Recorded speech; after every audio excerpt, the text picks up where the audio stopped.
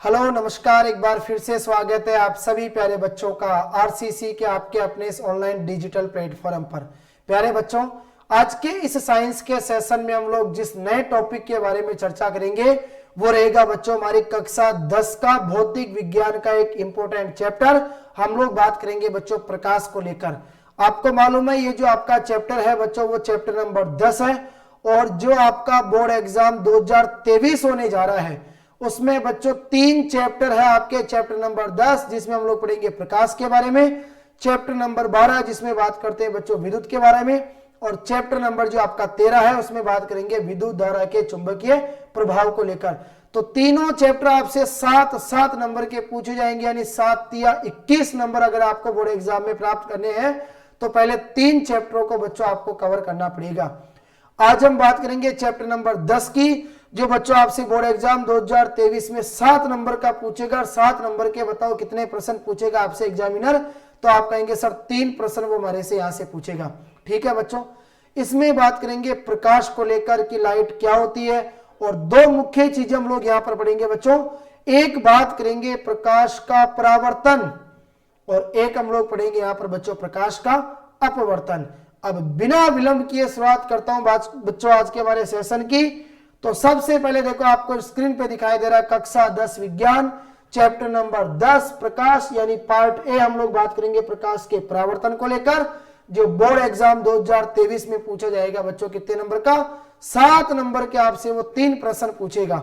तो चलिए सबसे पहले बात करेंगे हम लोग बच्चों प्रकाश को लेकर कि प्रकाश क्या होता है। देखो चलो सबसे पहले बात करेंगे प्रकाश यानी लाइट। तो हमें पता है सर प्रकाश जो है वो ऊर्जा का क्या होता है बच्चों, बताओ, एक रूप होता है। पहली चीज क्लियर होगी, ऊर्जा का एक क्या है बच्चों, रूप है। ठीक है, दूसरी बात प्रकाश की अगर हम लोग बात करते हैं तो प्रकाश क्या करता है बच्चों, विद्युत चुंबकीय तरंगों के रूप में संचरित होता है। ये चीज आप लोग याद रखोगे कि प्रकाश जो है वो बताओ विद्युत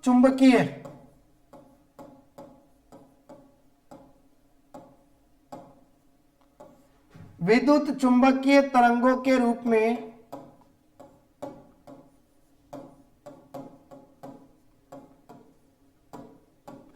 संचरित होता है।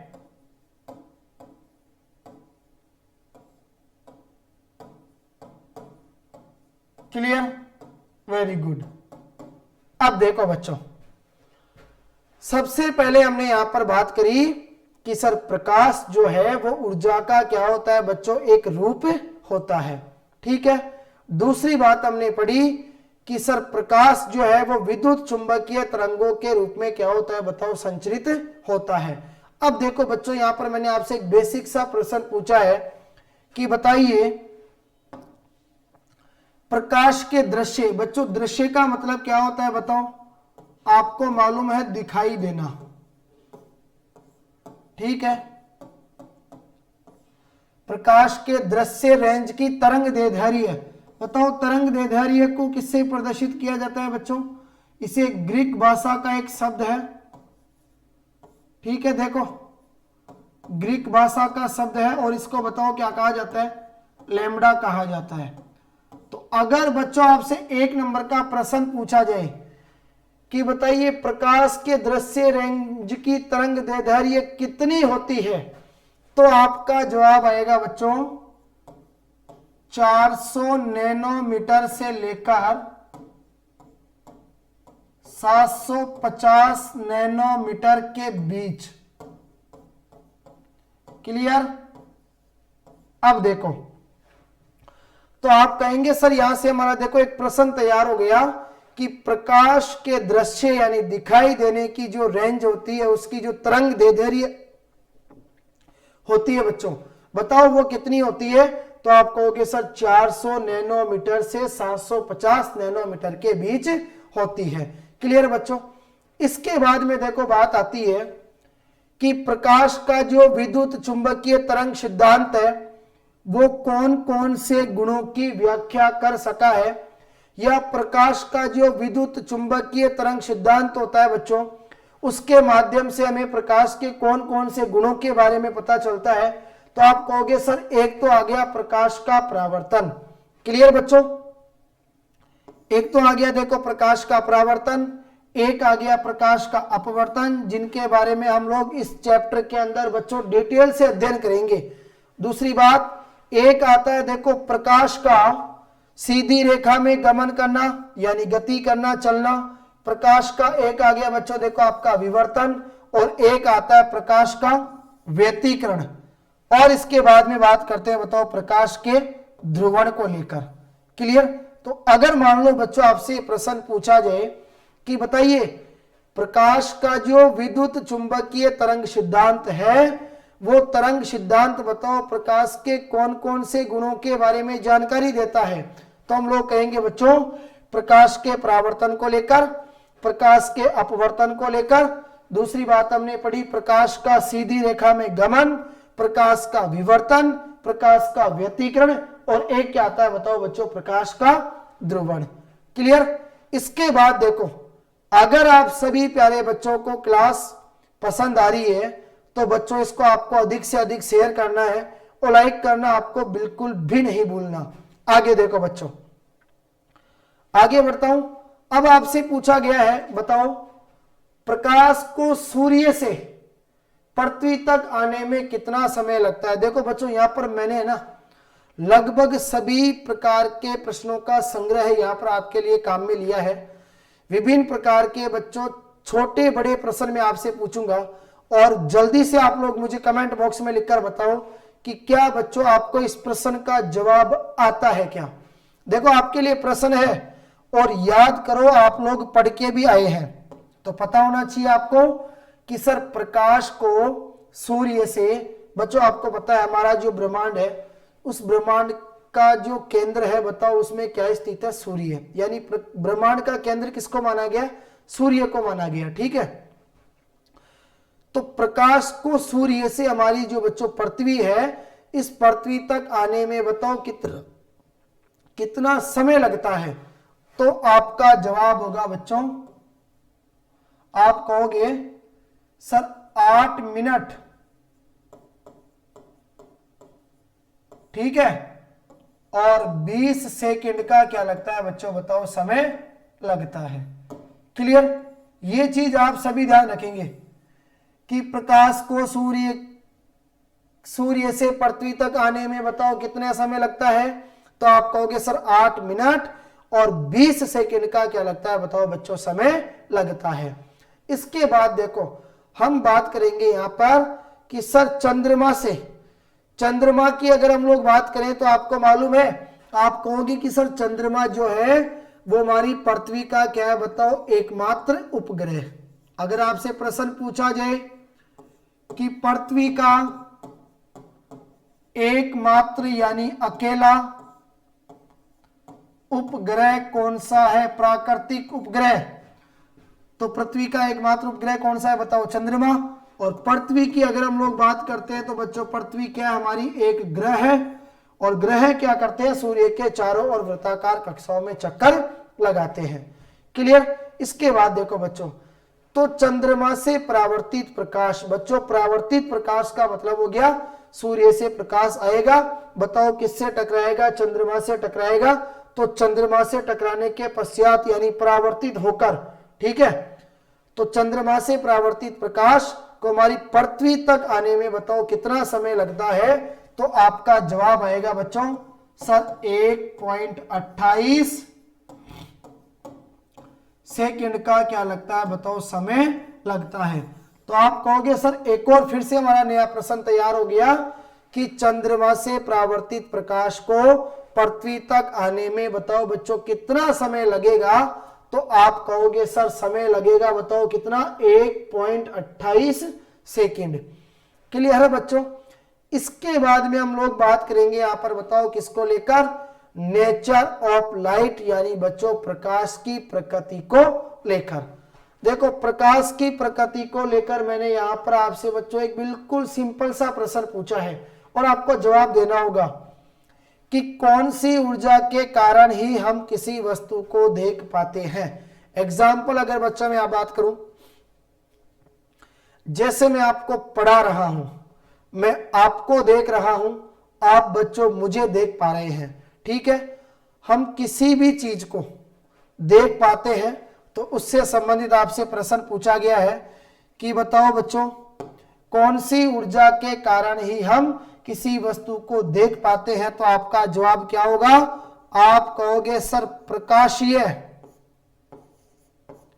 ठीक है बच्चों, याद रखना प्रकाशीय जो ऊर्जा होती है उसके कारण ही हम किसी वस्तु को बताओ क्या कर पाते हैं बच्चों, देख पाते हैं।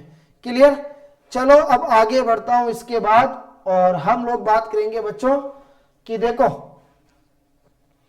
प्रत्येक जो वस्तु होती है वो अपने ऊपर आपतित प्रकाश का कुछ हिस्सा बताओ क्या करती है बच्चों, अवशोषित कर लेती है। अवशोषित करने का मतलब होता है प्यारे बच्चों कि वह स्वयं क्या कर लेती है बताओ, ग्रहण कर लेती है। अब मेरी बात को ध्यान से समझना, एक एक चीजें मैं यहां पर पूछूंगा बच्चों। सबसे पहले मैंने आपसे क्या पूछा, देखो मैंने पूछा बताओ बोर्ड की जो स्क्रीन है वो आपको कौन से रंग की दिखाई दे रही है। आपने कहा सर यह हमारे को ब्लैक रंग की दिखाई दे रही है। ठीक है बच्चों। मैंने पूछा बताओ आपकी दीवार का रंग कौन सा है, तो आपने कहा सर हमारी दीवार का रंग है सफेद।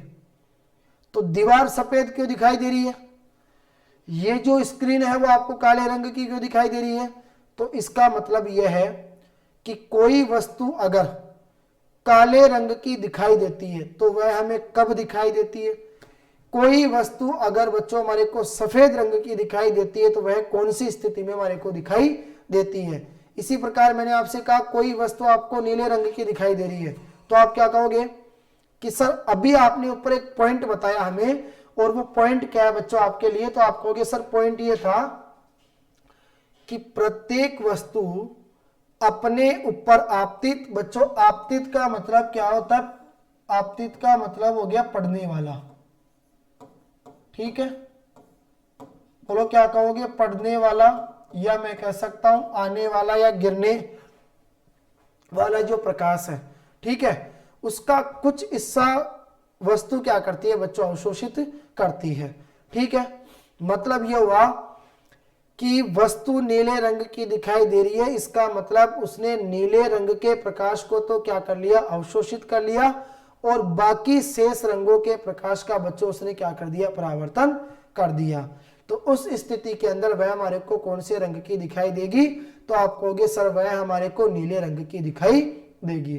ठीक है बच्चों। अब देखो मैंने कहा सूर्य का जो प्रकाश होता है, बताओ सूर्य से आने वाला जो प्रकाश होता है उसे क्या कहा जाता है, श्वेत प्रकाश के नाम से जाना जाता है बच्चों। श्वेत का मतलब क्या होता है, सफेद।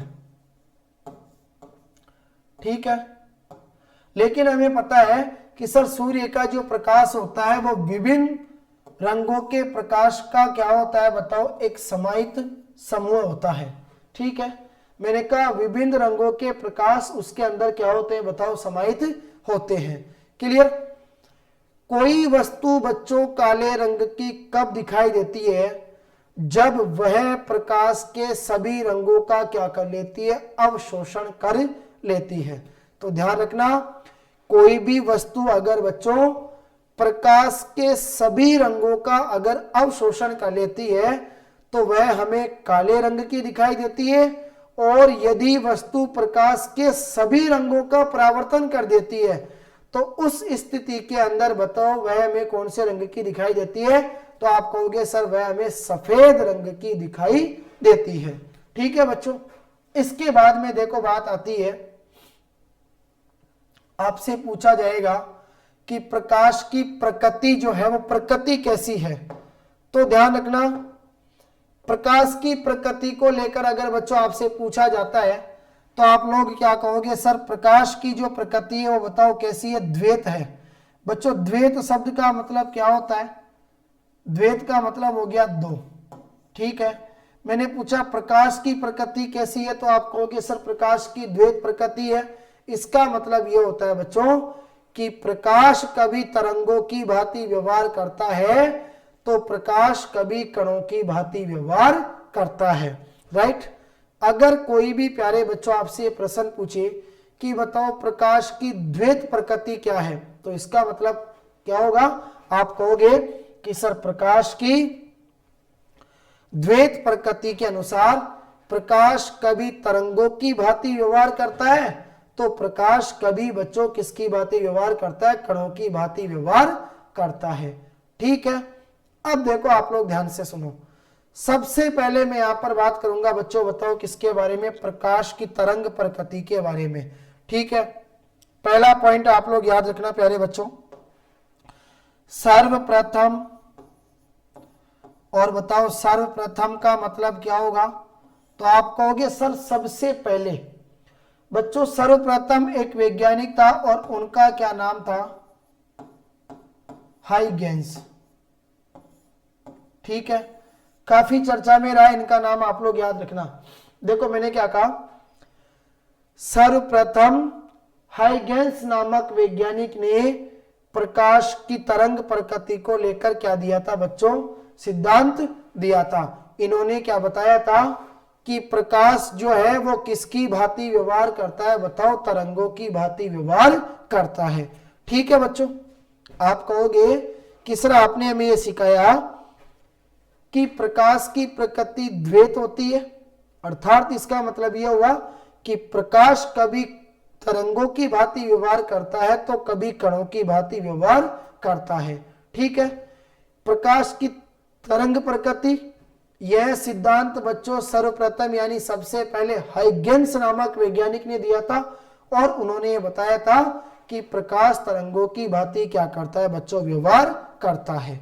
अब देखो यह जो सिद्धांत था बच्चों वो प्रकाश के कौन कौन से गुणों के लिए तो सफल रहा और कौन कौन से गुणों की व्याख्या नहीं कर सका, उन चीजों को ध्यान से समझो। देखो सबसे पहले बात आती है बच्चों कि हाइगेंस का जो प्रकाश की तरंग प्रकृति को लेकर सिद्धांत था वह बच्चों एक तो आता है, देखो प्रकाश का परावर्तन, परावर्तन का मतलब क्या होता है बच्चों, रिफ्लेक्शन। एक होता है विवर्तन, विवर्तन का मतलब क्या होता है बताओ, डिफ्रैक्शन। और एक होता है बच्चों प्रकाश का अपवर्तन, जिसको क्या कहा जाता है, रिफ्रैक्शन के नाम से जाना जाता है। तो आप ये कहोगे कि सर हाइगेंस का जो प्रकाश की तरंग प्रकृति का सिद्धांत था यह परावर्तन, विवर्तन और अपवर्तन के बारे में तो जानकारी देने में सफल रहा, किंतु प्रकाश का जो विद्युत प्रभाव है जिसको बताओ क्या कहा जाता है, फोटो इलेक्ट्रिक इफेक्ट के नाम से जाना जाता है, और प्रकाश का जो बच्चों कॉम्पटन प्रभाव है, इन दोनों चीजों के बारे में जानकारी देने में क्या रहा था बताओ, असफल रहा था। ठीक है, अब देखो इसका सिद्धांत भी असफल हो गया। इसके बाद में हम लोग बात करते हैं बच्चों यहां पर किसको लेकर, प्रकाश की कण प्रकृति को लेकर। ठीक है, और प्रकाश की जो प्रकाश की जो कण प्रकृति है, क्लियर बच्चों, उसे क्या नाम दिया जाता है, प्रकाश का कणिका सिद्धांत कहा जाता है। और इसका मतलब यह हो गया कि प्रकाश जो है बच्चों वो किसके रूप में कार्य करता है बताओ, कणों के रूप में कार्य करता है। अब आपने एक नाम सुना होगा आइंस्टीन का, बहुत बड़े वैज्ञानिक रहे हैं और विज्ञान के क्षेत्र में इनका काफी प्रमुख बहुत बड़ा योगदान भी रहा है बच्चों। तो आइंस्टीन ने देखो क्या बताया, आइंस्टीन के अनुसार प्रकाश का जो संचरण होता है यानी प्रकाश का जो गमन होता है वो छोटे छोटे बंडलों या पैकेटों के रूप में होता है। क्लियर, आइंस्टीन ने क्या कहा था बच्चों कि सर प्रकाश का जो संचरण है वो छोटे छोटे बंडलों या पैकेटों के रूप में होता है। और बताओ बच्चों आइंस्टीन ने इन छोटे छोटे बंडलों या पैकेटों को बताओ क्या नाम दिया था, तो आपका जवाब आएगा सर फोटोन नाम दिया गया था। क्लियर, अगर आपसे कोई भी ये पूछे कि आइंस्टीन के अनुसार प्रकाश का संचरण कैसा था, तो आप कहोगे छोटे छोटे बंडलों या पैकेटों के रूप में था। और इन छोटे छोटे बंडलों या पैकेटों को बताओ क्या नाम दिया गया बच्चों, तो आपका जवाब आएगा इसको फोटोन नाम दिया गया। क्लियर, इसके बाद अब हम बात करेंगे यहां पर बच्चों देखो किसके बारे में, रंगीन प्रकाश। क्लियर बच्चों, कलरफुल लाइट। रंगीन प्रकाश का मिश्रण, मिश्रण का मतलब क्या होगा बताओ, मिक्स में, और एक क्या पढ़ेंगे बच्चों में यहां पर बताओ, वर्ण त्रिभुज। क्लियर। अब देखो बच्चों मेरी बात ध्यान से सुनना, एक चीज यहां पर आपके लिए है कि एक होता है बच्चों देखो मूल रंग, और एक होता है गौण रंग। मूल रंग को क्या कहा जाता है बच्चों, प्राथमिक रंग के नाम से जाना जाता है। प्राथमिक रंग बच्चों आपके पास में 3 आते हैं। एक तो आप कहोगे सर लाल, एक आएगा नीला, और एक बताओ कौन सा आएगा, हरा। ठीक है, ध्यान रखना बच्चों आप लोग ये चीज कि मूल रंग बताओ कितने होते हैं, 3 होते हैं, उनको प्राथमिक रंग भी कहा जाता है। ये होंगे लाल, नीला और हरा। गौण रंगों की बात करें तो बच्चों इनको बताओ क्या कहा जाता है, तो आप कहोगे सर इनको द्वितीयक रंगों के नाम से भी जाना जाता है। और इनके अलावा जो रंग बच जाते हैं बच्चों हमारे, वो क्या कहलाते हैं बताओ, द्वितीयक रंगों के नाम से जाने जाते हैं। ठीक है, फिर वो क्या करते हैं, आपस में मिलते हैं और इन्हीं के द्वारा कई प्रकार के रंगों का क्या होता है बच्चों, निर्माण होता है। ठीक है, चलो आगे बात करूंगा मैं यहां पर प्रकाश की जो तरंगे होती है उनकी निर्वात में गति को लेकर। अब देखो बच्चों, प्रकाश तरंगों की निर्वात में गति, बताओ गति का मतलब क्या होता है बच्चों, चाल। अगर मैं आपसे ये पूछूं कि एक बात बताओ आप लोग मुझे, निर्वात का मतलब क्या होता है, तो आप कहोगे सर निर्वात का मतलब ये होता है ऐसा क्षेत्र जहां पर वायुमंडल उपस्थित नहीं हो, उसे बताओ क्या कहा जाता है, निर्वात के नाम से जाना जाता है। ठीक है, अब देखो प्रकाश तरंगों की निर्वात में जो गति है, चाल, वो कितनी होती है, तो याद रखना बच्चों 3 × 10⁸ मीटर प्रति सेकंड होती है। क्लियर। अगर कोई भी आपसे प्रश्न पूछे कि बताओ प्रकाश तरंगों की निर्वात में गति कितनी होती है, तो आप कहोगे सर 3 × 10⁸ मीटर प्रति सेकंड। क्लियर।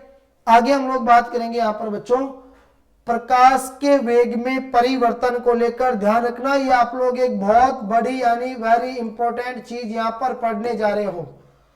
मैंने आपसे कहा कि प्रकाश के वेग में परिवर्तन की अगर हम लोग बात करें तो वो किस प्रकार से होता है।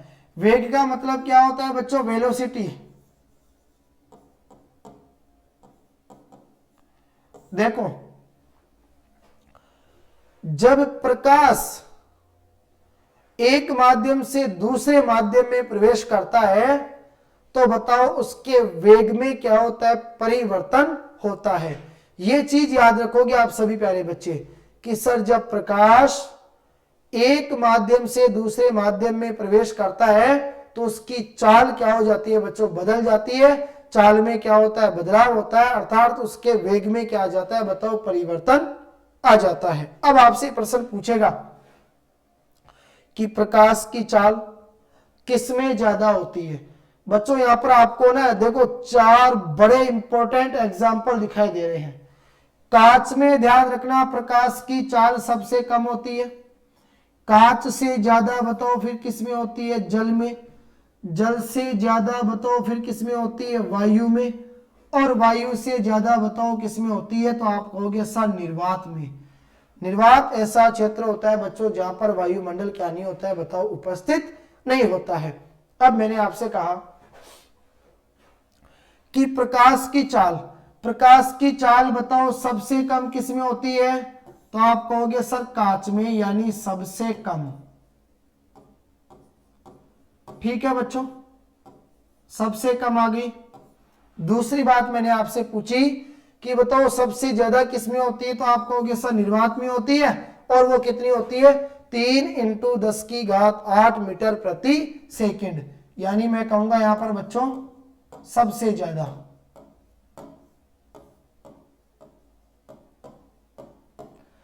दूसरी बात देखो, फिर आपको पता चलेगा कि सर एक होता तरंग दैर्ध्य जिसको लैम्ब्डा से प्रदर्शित किया जाता है, एक होता है वेग और एक क्या होता है आवर्ती।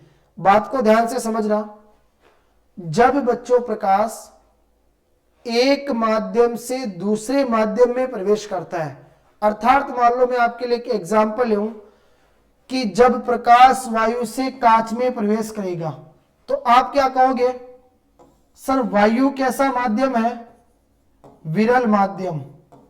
और बच्चों बताओ कांच की बात करूं तो कांच कैसा माध्यम है, आप कहोगे सर सघन माध्यम। मैंने क्या कहा, जब प्रकाश एक माध्यम से दूसरे माध्यम में प्रवेश करता है, अर्थात बच्चों वायु से कांच में प्रवेश करता है, तो उसकी तरंग दैर्ध्य में भी बताओ क्या होगा, परिवर्तन होगा। उसके वेग में भी क्या होगा बच्चों, परिवर्तन होगा। लेकिन ध्यान रखना आवर्ती है, आवर्ती कैसी रहती है बच्चों, अपरिवर्तित रहती है।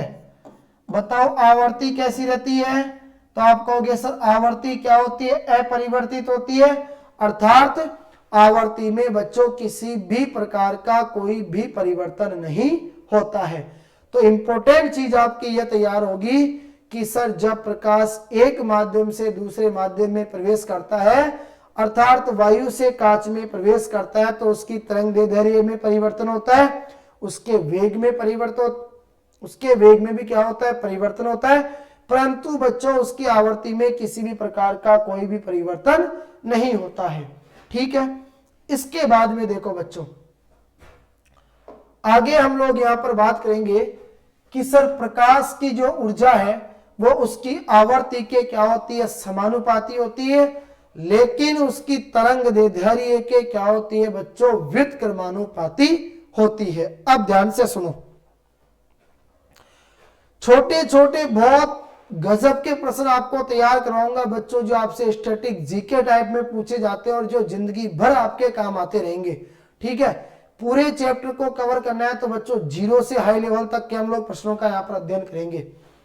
अब सुनो प्यारे बच्चों, यहां पे हमने बात करी कि सर प्रकाश की जो ऊर्जा होती है ना, यानी एनर्जी जिसको हम लोग कहते हैं बच्चों, प्रकाश की ऊर्जा बताओ उसकी जो आवर्ती होती है बच्चों, उस आवर्ती के बताओ क्या होती है, समानुपाती होती है, जबकि उसकी जो तरंग दैर्ध्य होती है बच्चों, उस तरंग दैर्ध्य के क्या होती है, बोलो व्युत्क्रमानुपाती होती है। अब देखो आपने पढ़ा होगा बच्चों प्रकाश का स्पेक्ट्रम, क्लियर, यानी सूर्य का जो प्रकाश होता है वो श्वेत प्रकाश कहलाता है, क्योंकि वो विभिन्न प्रकार के मिश्रणों, विभिन्न प्रकार के रंगों का उसमें क्या होता है बच्चों, समावेश होता है। ठीक है, तो हमने पढ़ा होगा VIBGYOR, इसका मतलब violet, indigo, blue, green, yellow, orange और रेड। ठीक है बच्चों, सबसे ऊपर आपको दिखाई देगा वॉयलेट, सबसे नीचे आपको दिखाई देगा रेड। देखो लाल रंग की अगर मैं बात करूं तो लाल रंग की जो तरंग दैर्ध्य होती है बच्चों, किसकी बात करूंगा, बोलो तरंग दैर्ध्य की। लाल रंग की तरंग दैर्ध्य क्या होती है बताओ, सर्वाधिक यानी सबसे अधिक होती है। इस कारण लाल रंग की यानी लाल रंग के प्रकाश की जो ऊर्जा होती है बच्चों, वो क्या होती है बताओ, आप कहोगे सर सबसे कम होती है। ठीक है, याद रखना आप सभी, लाल रंग के प्रकाश की ऊर्जा क्या होती है बच्चों, सबसे कम होती है, जबकि बैंगनी रंग जो सबसे ऊपर आता है, तो बैंगनी रंग के प्रकाश की जो ऊर्जा है बच्चों वो क्या होती है बताओ, सबसे अधिक होती है, सबसे अधिक। यहां बच्चों आपने दो चीजें नोट करी है, और वो दो चीजें आपके सामने यह है कि सर लाल रंग के प्रकाश की ऊर्जा सबसे कम होती है, जबकि बैंगनी रंग के प्रकाश की जो ऊर्जा है वो क्या होती है बच्चों बताओ, सबसे अधिक होती है। फिर हम लोग बात करते हैं, यहां पर देखो दो चीजें आप लोग याद रखना बच्चों। जिस रंग के प्रकाश की तरंग दैर्ध्य सबसे कम होती है, जिस रंग के प्रकाश की तरंग दैर्ध्य सबसे कम होती है वो कौन सा है, बोलो? बैंगनी रंग। बैंगनी रंग के प्रकाश की तरंग दैर्ध्य यानी लैम्बडा, ये जो तरंग दैर्ध्य है वो क्या होगी बताओ? सबसे कम होगी। तो तरंग दैर्ध्य अगर सबसे कम होगी तो ऊर्जा का मान क्या होगा? ज्यादा। क्लियर? 4 प्रश्न आप लोग याद रखो। सर लाल रंग के प्रकाश की ऊर्जा, सॉरी देखो, लाल रंग के प्रकाश की जो ऊर्जा है वो क्या होती है बताओ? सबसे कम होती है। ठीक है, क्योंकि इसकी तरंग दैर्ध्य क्या होती है बच्चों? सबसे अधिक होती है। जबकि अगर वॉयलेट यानी बैंगनी रंग के तरंग दैर्ध्य की बात करें तो उसकी ऊर्जा जो है वो सबसे ज्यादा होती है, क्योंकि उसकी तरंग दैर्ध्य का मान क्या होता है बच्चों? सबसे कम होता है। क्लियर? फिर एक इंपॉर्टेंट पॉइंट मैंने आपको ये बताया कि प्रकाश का जो रंग होता है बच्चों, कलर, वो ध्यान रखना उसकी तरंग दैर्ध्य से क्या किया जाता है, बोलो? निर्धारित किया जाता है। ये चीजें आप लोग यहां पर याद रखोगे, प्रकाश की ऊर्जा, प्रकाश की तरंग दैर्ध्य को लेकर। ठीक है बच्चों, अब आगे हम लोग यहां पर देखो बात करेंगे प्रकाश का परावर्तन। जिस चीज का बच्चों आप लोग काफी बेसब्री से इंतजार कर रहे थे कि सर आपने कहा था चैप्टर में 2 इंपॉर्टेंट चीजें पढ़ेंगे, और वो 2 इंपॉर्टेंट चीजें कौन कौन सी पढ़ेंगे बच्चों बताओ? प्रकाश का परावर्तन और प्रकाश का अपवर्तन। तो सबसे पहली चीज की हम लोग बात करेंगे बच्चों प्रकाश के परावर्तन को लेकर। ठीक है, देखो ध्यान से।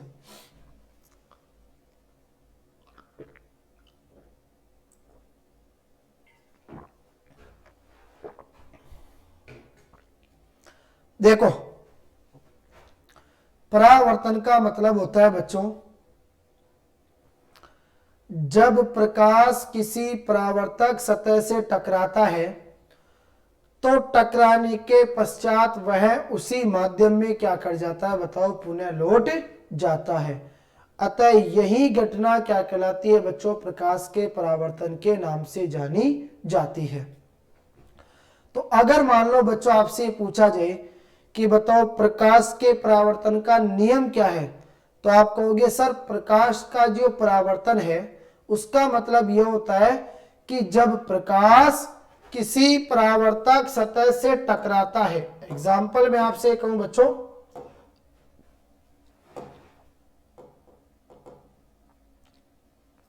कि मान के चलो ये हमारी क्या होगी बताओ? एक परावर्तक सतह।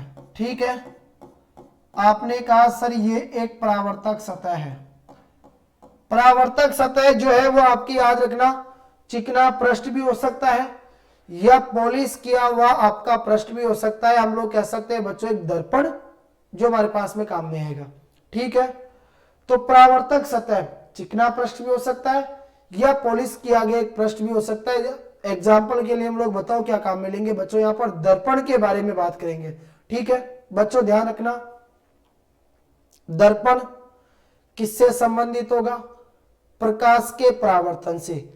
जबकि आगे पढ़ोगे बच्चों आप लोग लेंस के बारे में, तो बताओ लेंस किससे संबंधित रहेगा? प्रकाश की अपवर्तन की घटना से संबंधित रहेगा। ठीक है प्यारे बच्चों, अब देखो जल्दी से, प्रकाश का परावर्तन जब प्रकाश यानी आपतित प्रकाश, पढ़ने वाला प्रकाश, आने वाला प्रकाश किसी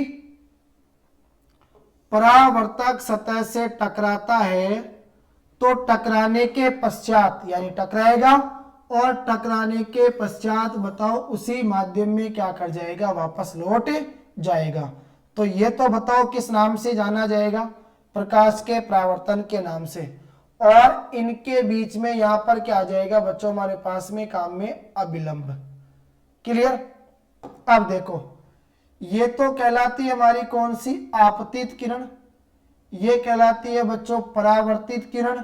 और ये हमारा क्या कहलाता है? बोलो एक अभिलंब कहलाता है। मान के चलो इसको हमने क्या नाम दे दिया? MN। ठीक है,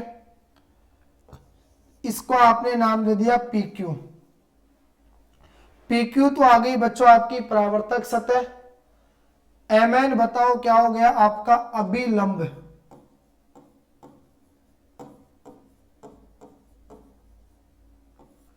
दूसरी बात आती है बच्चों, इसे कहा जाता है आपतित किरण। बोलो क्या कहा जाएगा, आप कहोगे सर आपतित किरण। और बताओ बच्चों ये क्या होती है, तो इसे कहा जाता है परावर्तित किरण।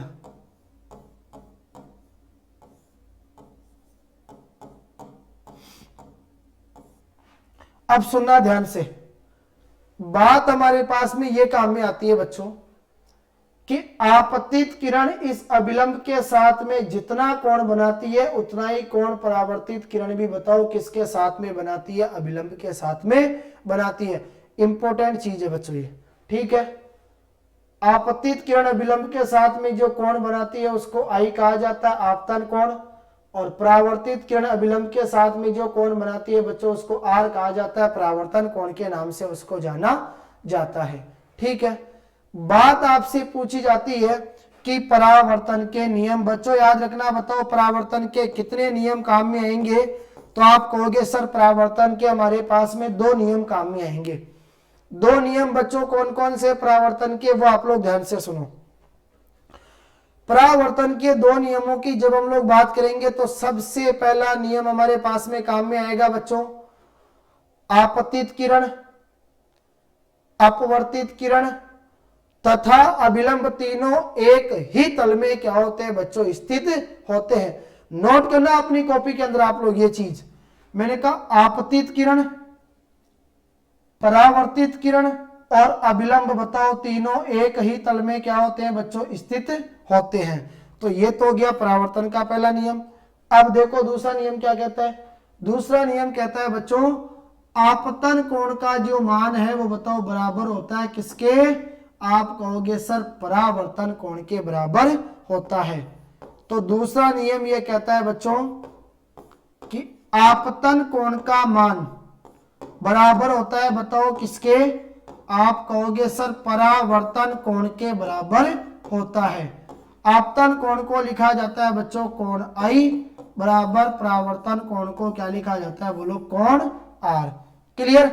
तो ये 2 चीजें हमारी कंप्लीट हो गई बच्चों, प्रकाश का परावर्तन हो गया और एक हमने क्या पढ़ लिया बताओ, आप कहोगे सर प्रकाश का परावर्तन के नियम, 2 नियम काम में आएंगे हमारे पास में, ठीक है बच्चों। फिर कह रहा हूं जब प्रकाश किसी परावर्तक सतह से टकराता है तो टकराने के पश्चात उसी माध्यम में पुनः लौट जाता है, अतः यही घटना प्रकाश के परावर्तन के नाम से जानी जाती है। दूसरी बात, प्रकाश के परावर्तन के नियमों की अगर हम लोग बात करें तो आपतित किरण, परावर्तित किरण तथा अभिलंब तीनों एक ही तल में क्या होते हैं बच्चों, स्थित होते हैं। और आपतन कोण का जो मान है बताओ वो किसके बराबर होता है, तो आप कहोगे सर परावर्तन कोण के बराबर होता है। अगर परावर्तक पृष्ठ की हम लोग बात करें तो बच्चों परावर्तक पृष्ठ आपका चिकना पृष्ठ भी हो सकता है या पॉलिश किया हुआ आपका एक पृष्ठ भी हो सकता है। हम लोग एग्जाम्पल की यहां पर किसके बारे में बात करते हैं बताओ, प्रकाश के परावर्तन को लेकर दर्पण के बारे में। अब देखो मेन चीज आप लोग याद रखना बच्चों, परावर्तन के जो दोनों नियम हमने पढ़े हैं, ये परावर्तन के दोनों नियम याद रखना सभी प्रकार के परावर्तक सतहों पर क्या होते हैं बताओ, लागू होते हैं। चाहे वह परावर्तक सतह समतल हो या वह परावर्तक सतह बताओ कौन सी हो, गोलीय हो, सभी के ऊपर प्रकाश के परावर्तन के जो नियम है वो क्या होते हैं बच्चों बताओ, लागू होते हैं। क्लियर। आगे बढ़ता हूं बच्चों अगले पेज की तरफ। अगले पेज पे आपसे पूछा गया है, सबसे पहले हम लोग बात करेंगे यहां पर बच्चों दर्पण को लेकर, और दर्पण में भी बताओ क्या पढ़ेंगे, समतल दर्पण। दर्पण क्या होता है, आप कहोगे सर दर्पण एक प्रकार का कांच ही होता है जिसकी एक सतह पर क्या कर दी जाती है, पॉलिश कर दी जाती है, ठीक है। अब देखो बच्चों ध्यान से सुनो, समतल दर्पण वह दर्पण होता है जिसका परावर्तक पृष्ठ बताओ कैसा होता है, समतल। समतल दर्पण में बनने वाला प्रतिबिंब बताओ कैसा परिवर्तित होता है, पार्श्व परिवर्तित होता है। पहला प्रश्न नोट करो बच्चों, समतल दर्पण में बनने वाला जो प्रतिबिंब होता है वो में पार्श्व परिवर्तित होता है, और समतल दर्पण उस दर्पण को कहा जाता है बच्चों जिसका परावर्तक पृष्ठ बताओ कैसा होता है, समतल होता है। अब देखो, समतल दर्पण में बनने वाला जो प्रतिबिंब होता है बच्चों, उस प्रतिबिंब के क्या क्या गुण होते हैं।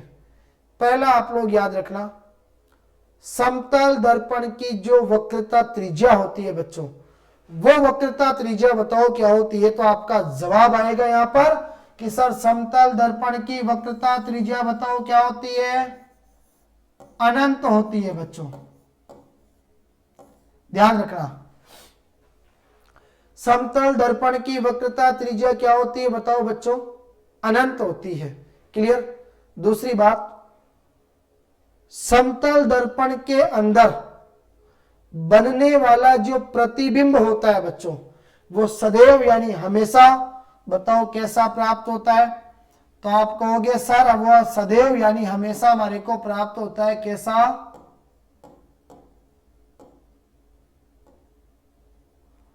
आभासी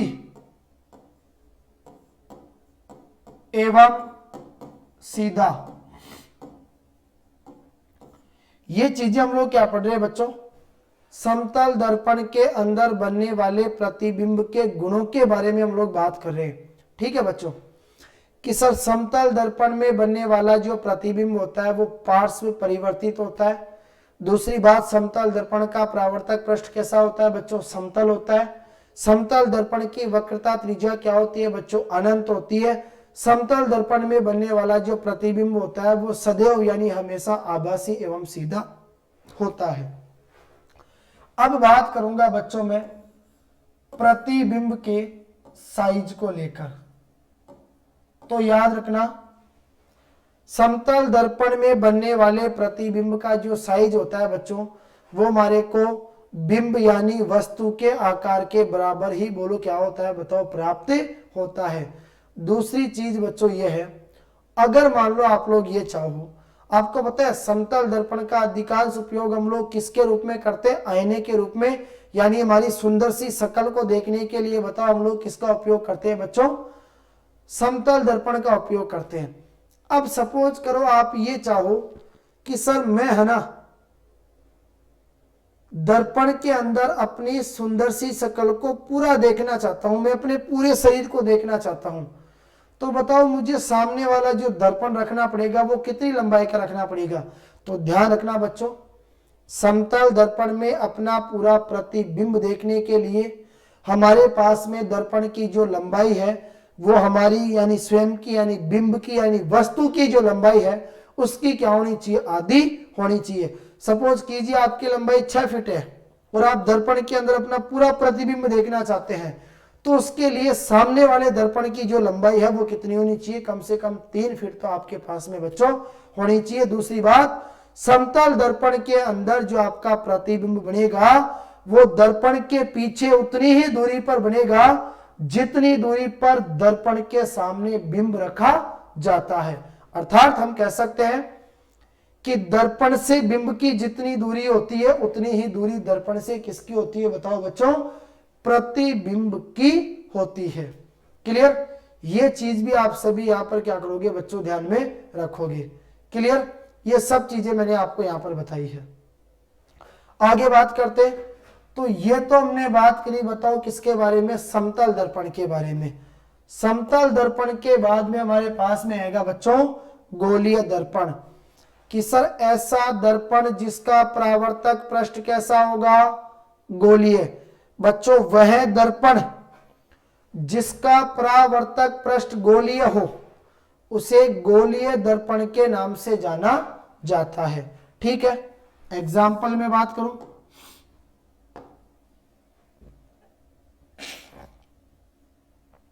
गोलीय दर्पण की अगर हम लोग बात करें बच्चों, तो मैंने कहा ऐसा दर्पण जिसका परावर्तक पृष्ठ कैसा होगा बताओ, गोलीय, उसे गोलीय दर्पण के नाम से जाना जाएगा। अब देखो बच्चों, गोलीय दर्पण हमारे पास में 2 प्रकार के काम में आते हैं। ठीक है। एक में बच्चों बताओ किसके बारे में बात करते हैं,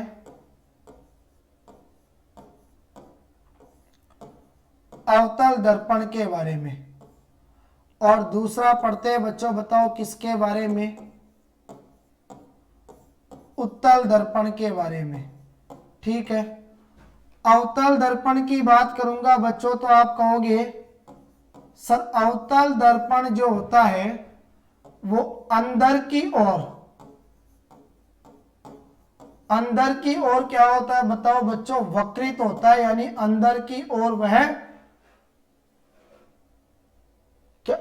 ओर वह क्या रहेगा, इस प्रकार से घुमा हुआ वक्रित। ठीक है, और उत्तल दर्पण की बात करें बच्चों तो यह क्या होता है बताओ,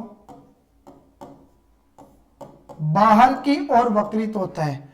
अब देखो बच्चों, जो दर्पण अंदर की ओर वक्रित होता है उस पर ध्यान रखना, बाहर की तरफ क्या चढ़ाया जाता है, आप कहोगे सर परावर्तक आवरण चढ़ाया जाता है। ठीक है, लेकिन वह दर्पण जो बाहर की ओर वक्रित होता है बच्चों उस पर ध्यान रखना, अंदर की तरफ क्या चढ़ाया जाता है, बोलो परावर्तक